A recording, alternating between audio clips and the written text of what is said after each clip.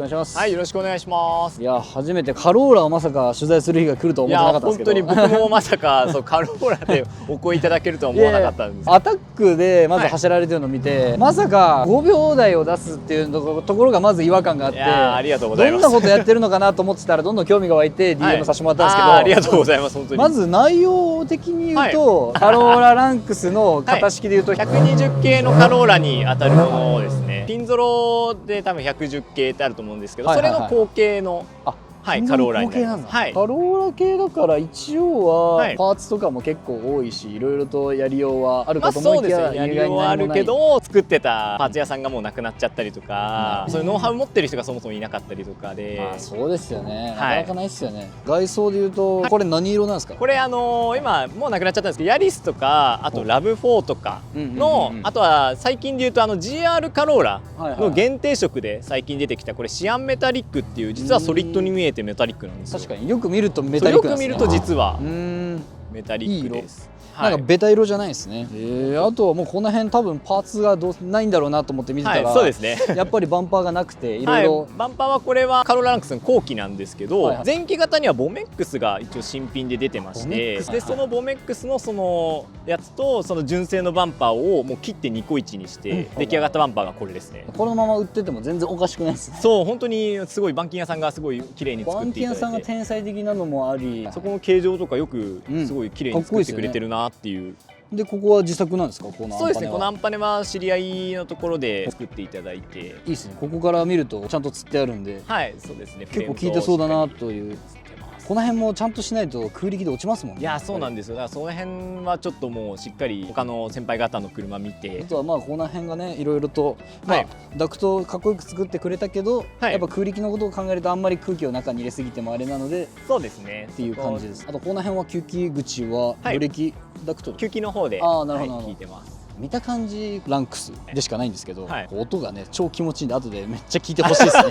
いや、やばいですよね。いや、もう本当に、あと5ナンバーだから本当に EK だからなんかそこら辺の多分車格とそんな変わんないのかなっていうのもあり、そうですね。エンジンがね 2ZZ の 2ZZG ですね。テンパチのテンパチです。 NA で、そして6速マニュアル。6速マニュアルです。ここがね多分ね EK と違いですね。いや、そうですね。EK とかはもう5速なんで結構ギアもクロスしてて、で LSD がクスコ 1.5 が入ってるぐらいで、特にミッション類が何もやってるわけでもなく、なんとこの見た目でつくば1分5秒1ですね。5秒1でしょ。M3 ノーマル5秒1なかなか出ないですからね。さすが。ただやっぱ軽量化されてるのもあり、これねやっぱ中がすごくて、どうぞ。いいですか？本当にこれですよ、これ。やっぱこれでしょ。もうなんで4枚買ったと思うぐらいのすごい無駄な。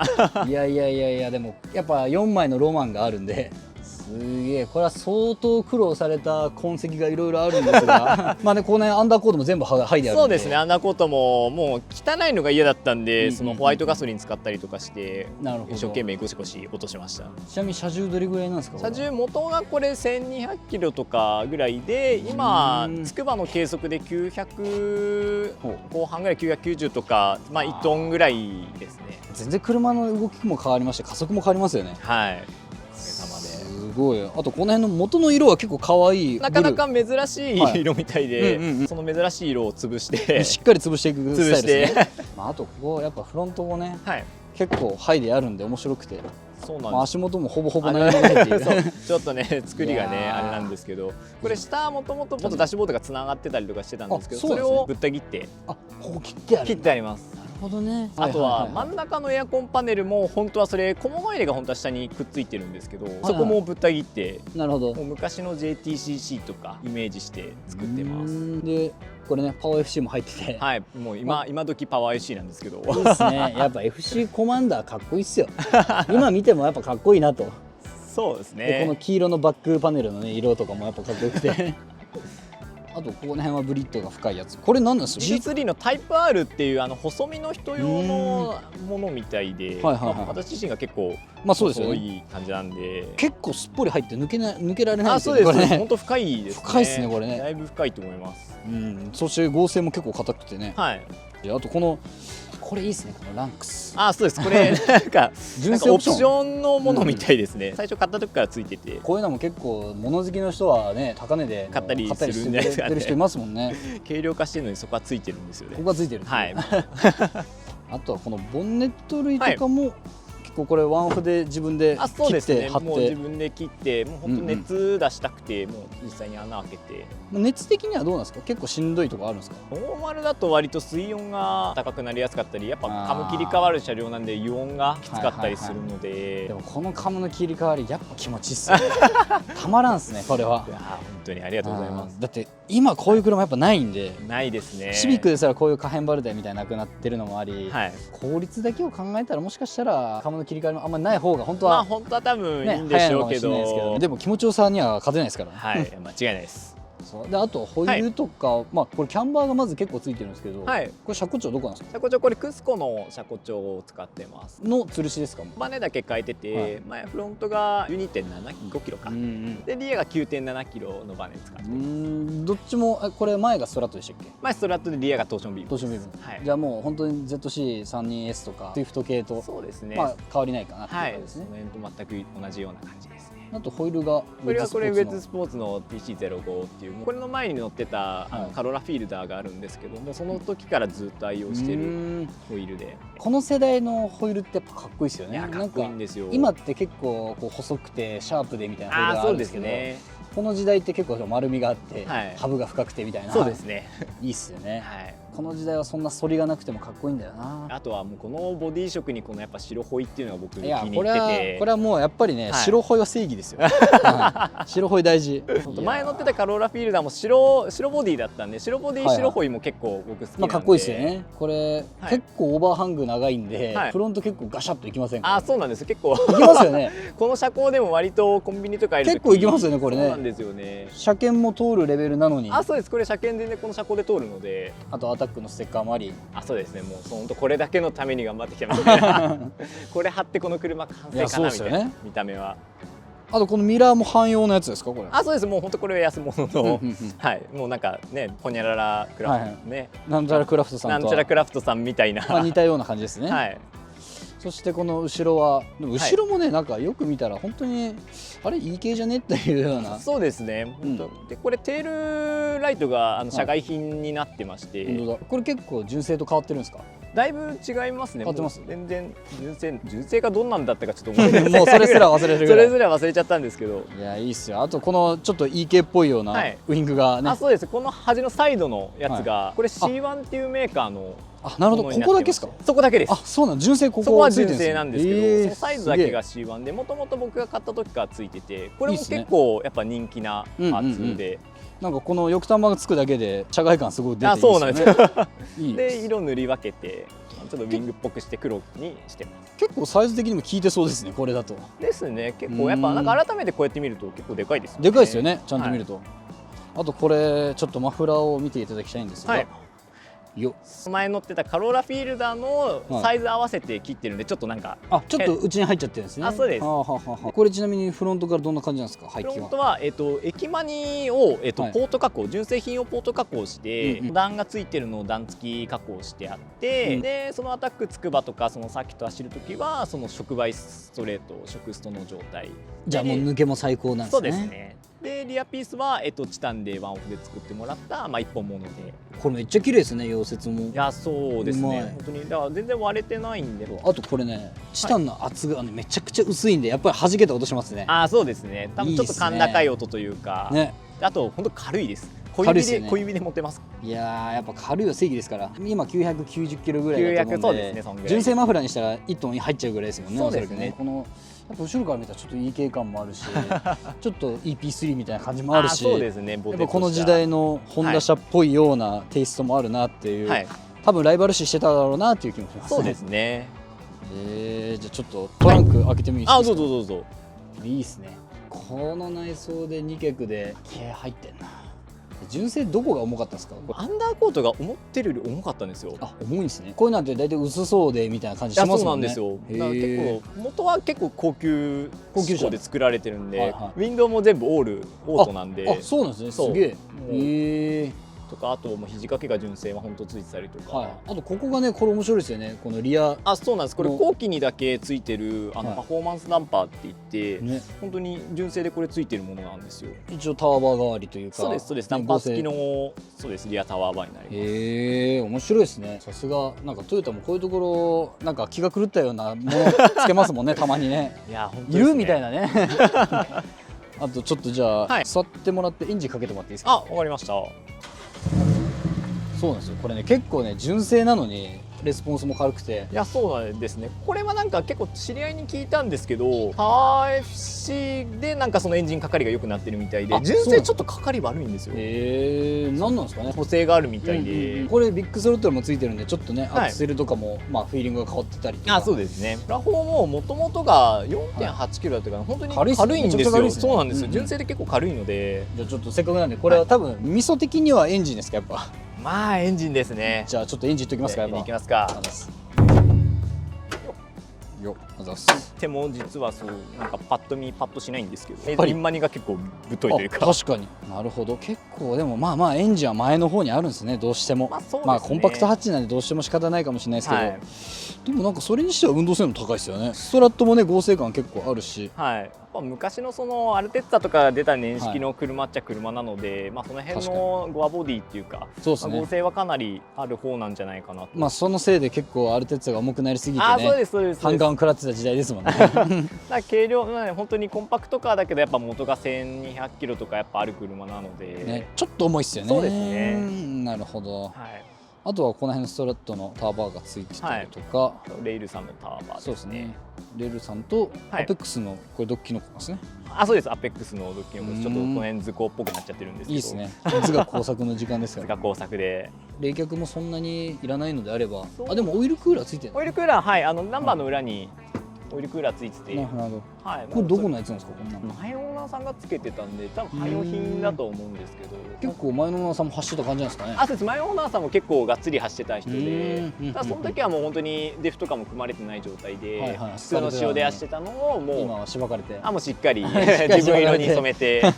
いいですね。でもこれでまさか5秒台出るんだったらもうなんなら4秒台入りそうじゃないですか。もうそうなんです。もう来シーズンとかもう4秒台目目標で、なんなら行かないといけないぐらいの勢いになっちゃってますもんね。そうなんですよ。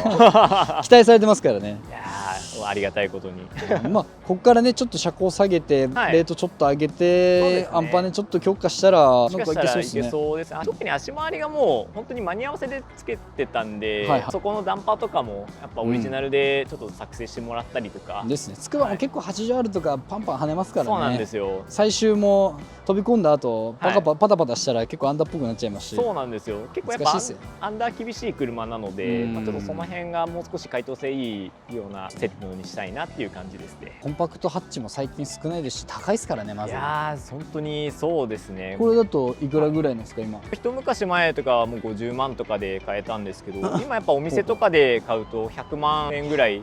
ただそれでもシビックとかあの辺と比べるとやっぱりまだお手軽に買える車なので、確かに、シビックよりあと、部品も安くて純正はまだ出るんですかパーツは。全然まだ出ますね。ご相談部品の本田さんとは全然違う。全然違うので大事ですね。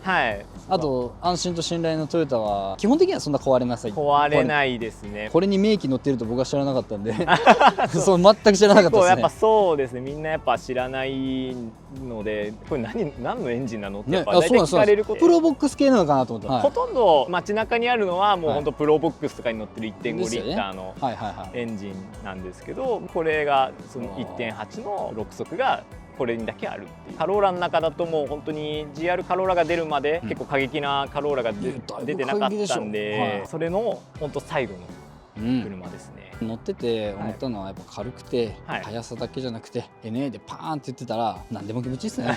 ぶっちゃけそういう車本当に今高いんで結構穴場っちゃ穴場かもしれないですね。穴場ですね。もう本当に今だったらまだ買えるので。まだ買える。7、80万でもあります。まだ全然ありますね。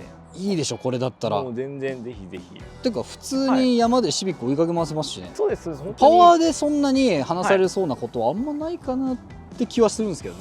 乗った感じ。それは割とそのパワー FC が結構効いてるところではあるので、本当純正だと一番さっきミニサーキットとかもそうですけど、使いたいところが一番パワー出ないので、じゃあそこだけうまく補ってあげれば。あとは最近だとリンクとかもリンクもねできるみたいなので、結構コスパよくできますからね、最近ね。その辺がまだまだできるので、本当やりようはまだまだたくさんあるなっていう車ですね。じゃあ2秒後半待ってます。楽しみにしてます。エンジンやらないとな。そうですね、そこはさすがに厳しいかもしれないですね。スーチャーかハイカムか、あとはちょっとカーボン化しないと。4スロとか入れて。そうですね。ありがとうございました。とんでもないです。さあ今回はカメラマンの DK インクがね納車した車で、ずっとナビがねつってたんで、トトさんのナビつけましたよと。Hey DK インク。Hey。よかったですね DK インクさん。新しいナビがついて最高ですね。S8 Pro 画面めちゃくちゃでかいんだけど画質が結構良くて反応もいいで、いろいろできると。これさ携帯につないでみてよ。携帯につないでみようか。カーリング。そう今のやつな、ちょっとしてるはず。してますと。これでカーリングでスマホと連携してるからカープレイとして使えるんですね。それは便利で、もうこれ今じゃ繋がってんの。それ今戻ったのは後と本来のナビの画面に戻った。でこれはテザリングしてたらこっち使えるのね。テザリングしてたらそっち。じゃあせっかくだったらアトトさんのナビ行こう。なんせアトトのいいところはこれ日本のメーカーとかね15、6万17、8万する内容がだいたい3分の1ぐらいで売り出される予定みたいなので、今ってさ結局携帯があれば何でもあるからさ、音楽が流せてある程度なんか動画とか視聴できたら何でもいいよね。昔だったらさナビの性能によってさちゃんとたどり着けるかって結構大事な点だったけど、今ってもうなんか飾りプラス華やかにさせるぐらいのなんか印象よね、ナビってさ。最低限使えれば、最低限使えれば全然いいし、なんなら最低限よりちょっとプラスアルファされてるし、これで十分よ。結構早いしね、全部ね処理も。じゃあせっかくだったら新しくできた麻布台ヒルズで行ってみよう。で音声入力のマイクはここにあって、こっちに全部反応してくれると。麻布台ヒルズ早い早い。じゃあガーデンプラザ行ってみましょうか。行ったことある？行ったことない。マジで？画質いいね。前までこの86音声すらなかったからさ結構大変だったけど、随分華やかになりました。ちょっとコントラスト濃いめかな。およそ600メートル先、左丁目を左方向です。普通に流してるだけで楽しいからさ。で俺さ最近もうマニュアルないやん。そうだよ。だからたまにマニュアル乗ると1ヶ月に1回ぐらい乗りたいなっていう。東京タワーでも見せてもらう。いいね。割とほらちゃんと追従してるし全然いいよ。ナビはやっぱり画面でかい方が絶対見やすいからね。いや全然見やすいよね、これね。非常に今までの中華製のナビって結構信用性薄かったんだけど、今全然いいね。ちゃんと動いてくれるっていう。あと割とね途中で落ちたりするやつもあるけど、これはテスト中落ちてないから大丈夫なんじゃないかなと。さあやってまいりました。麻布台ヒルズ着きましたでござる。こういうアンドロイドナビのいいところってさ、もはやさナビの更新必要ないやん。そうなんだよ。それいいよね。昔だったらさ2年ぐらいしたらさもう仮想の見えない駐車場とかさ見えない高速道路乗ってることって多かったけど、コスパがいいんだよ、コスパが。ちゃんと YouTube 映るか最後見てみようか。で YouTube も見れますね、これ。さあちゃんと見れますよと。画質良くない？でも素晴らしい。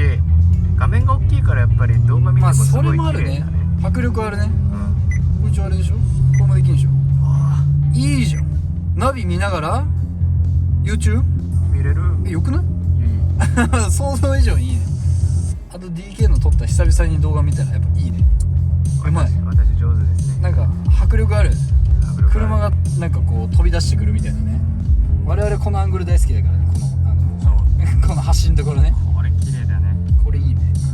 これさちっちゃかったらさ小粒サイズでさこんなんじゃん。で携帯とかさよくこうやって見てる人いるけどさ、さすがにちっちゃいからね。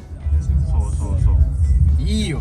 じゃあせっかくお昼時間だから麻布台ヒルズでも行ってみましょうか。行ってみましょう。そこもではではアトト編でした。麻布台ヒルズ行くような格好をしてる。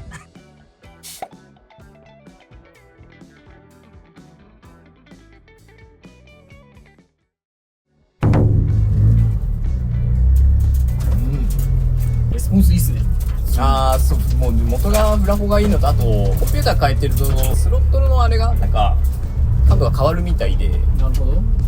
結構純正だと結構だるい。あ、だるいですか。悪いと意外と実は結構レスポンスいいですけどね。そうミックスの一緒だ。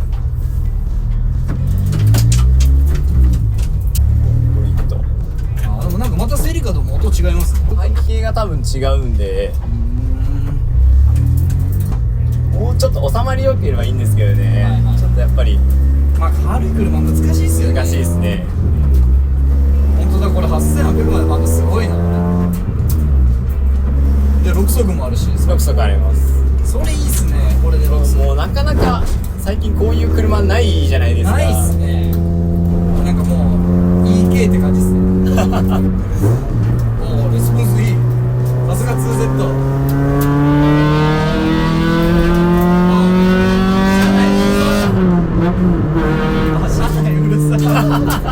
これ音声大丈夫かな。ああ、大丈夫です。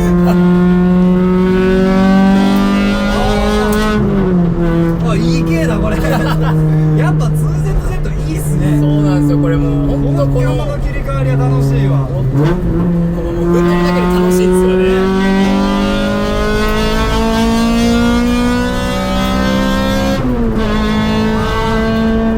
これ音楽しみくれますね。そうなんですよ。もうヤマハ製の音が。やばい、これ楽しい。こんな楽しいっすね。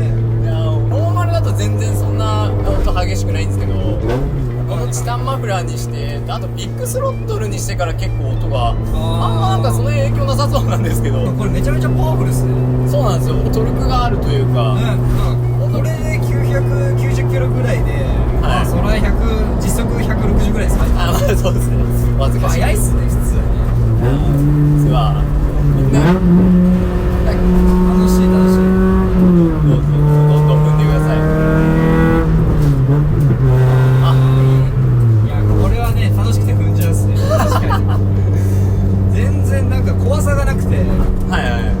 これ山超楽しいだろうな。いや、山とか本当にそのクルージングっていうか、その飛ばさなくてもこの音を響かせるだけでもう気持ちいいですよね。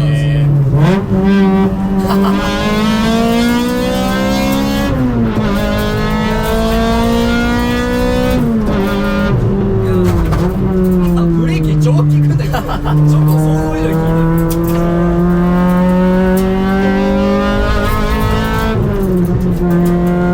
なるほどね。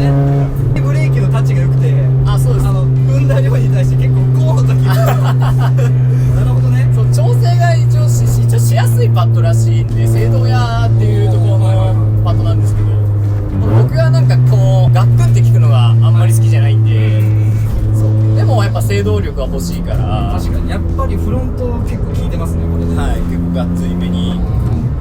確かに。まあでも FF だったらやっぱちょっと前ツンのめりになったら入っていかないとケツクイックしすぎても曲がりにくいし。そうなんです。この車ってもともとその、まあ、安定重視で作られてるのかクイックな動きしてくれないんで、でトーションビームだとやっぱリア灯がいじれないんで、そうですよね。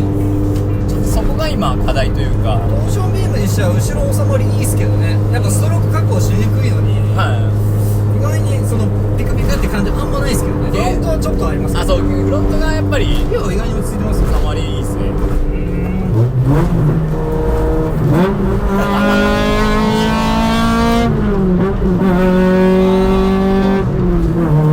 ちゃんと楽しい。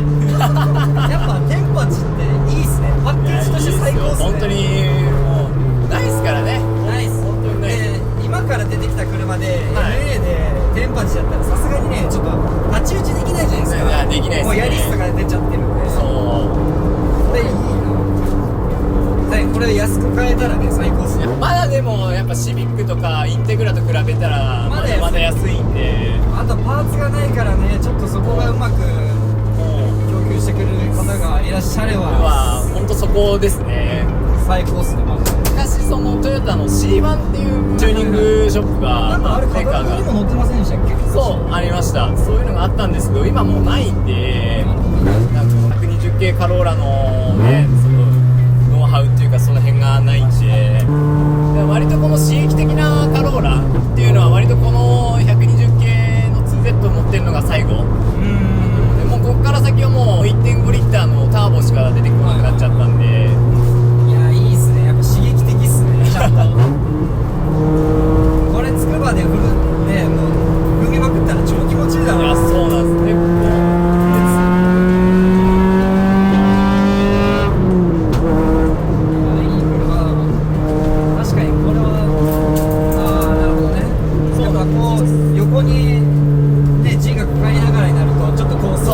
そういうトーションビームのらしいっすね。そう動きが山とかだとこうパパパパパって出ちゃうんだろう。そうなんですよね。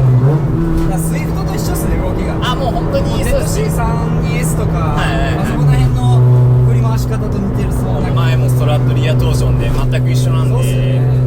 でもね、やっぱトーションビームの動きめっちゃ面白くて好きなんですよ。自分で意図的にケツ流せる。ああ、そうそう、そこはなんかめちゃくちゃ面白いですね。楽しいっすよね。これはでも回したくなるな。なんかついつい回しちゃうっすね、このエンジンは。いや、そうなんですよ。だからもう音が楽しくなっちゃって。いや、めっちゃ楽しい。本当にシビック乗ってるみたい。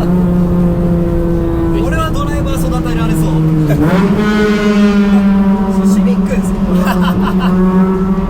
シビックのモリモリ感入れた後みたいな。こういう音っすよね。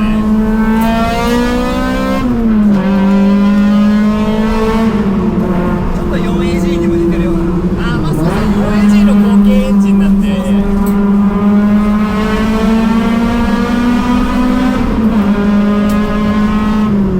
やー、これ最高だな。いや、やっぱトヨタのエンジン最高だよ、この時代。いや、1J、2J、2ZZ。いや、もうほんとその辺のヤマハや製のエンジンマジで最高っすいやね。ー、いいわ。最高。あとこのスロットルがちょっと硬い時あります。あ、そう、硬いっすよね。そう、それがさっき言ってたやつですね。ちょっとカッてなる。そう、カッてなるのが。そう、その辺もちょっと原因追求しなきゃいけないですけどね。車速いとかどうでもよくて、もうやっぱ楽しいっすね。いや、そう、楽しいんですよ。もう今の車ってやっぱ結構スピード出さないとハラハラしないんで。これって結構回してるだけでハラハラするじゃないですか。そう、音も相まってスピード感出るんで。全然速度出てないのにめっちゃ速く感じますもん。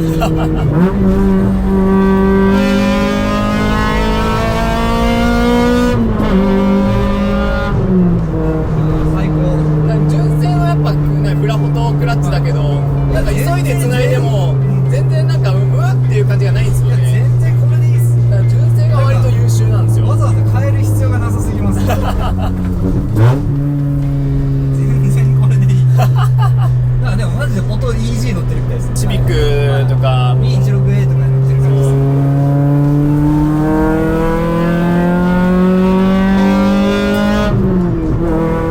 やっぱこの確かに切り替わる瞬間ぐらいトルクちょっと細くなってちょっとバーンってなるんですけど、ただ本当に純正だとそれが躊躇に出るんで、そのタムの音が切り替わった瞬間になんかタービンでも入ったみたいな感じの加速するんですよ。ただ多分この車乗ってると多分それが多分感じない、あんまり確かに感じないと思うんで。あんまないですね。だから谷は少ないですね。だいぶそうです、そうです。だいぶ純正と比べると。そこはパワー FC でだいぶ点火とかね。そうですね、その辺を見直してるんで。30万だったらマジで最高な味だな。マジでしばきませんの。本当にそうです。でもこれ軽量化してるからこういうキビキビした感じだと思うんですよね。はい、まあそうですね、純正だと割とやっぱもっさりというか、そう、1200だったらちょっとまた違うだろうなっていう。だから自作のタイプ R みたいな感じですね。あ、もうそんな、本当そんな感じです。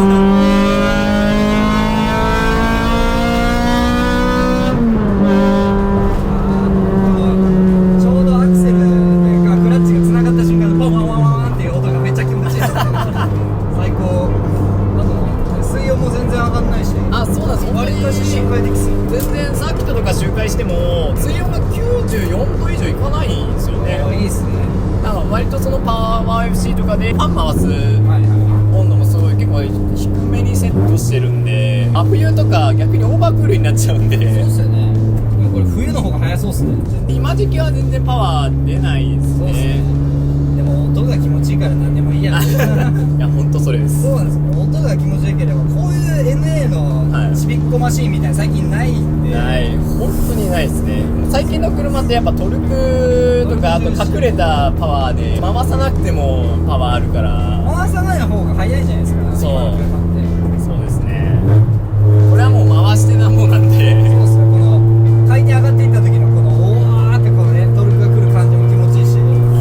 でもカタログ値 18.7 キロぐらいしかないのにもかかわらず結構な背中にトルク感じますけどね。上の方のトルクが太いのかな。まあそうですね。あとだと思うんでは軽量化してるから馬力によらず速いんですよね。はい。でもメジャーじゃないんで、だから結局何が利用できるとかもやってみないと分かんないんで、そういうのを探すのは面白いかもしれないですね。確かに。こういう車って結構ハンドルのスペアがね、センターない割とここの最初の打角も結構あるし、まあ、あと芝タイヤが結構ちょっとブロックでかいから、あ、そうですね、ちょっと寄れる、ちょっと寄れるですね、ここがね。でも芝結構食うな、普通に。思ってるよりは、全然いいっすね。まだサーキットで僕試してないんで、芝わかんないんですけど、普段メインが052なんで、まあそれと比べたらね、あれかもしれないだいぶですちゃうけど、ただ全然街乗りにこれだったら全然山とかだったらもったいないじゃないですか。そうなんですよ。もう本当転がし用タイヤです。いいっすね。ね、アタックもスポンサーがね、芝タイヤさんでした。いや、そうだったんですよね。儲かってますね。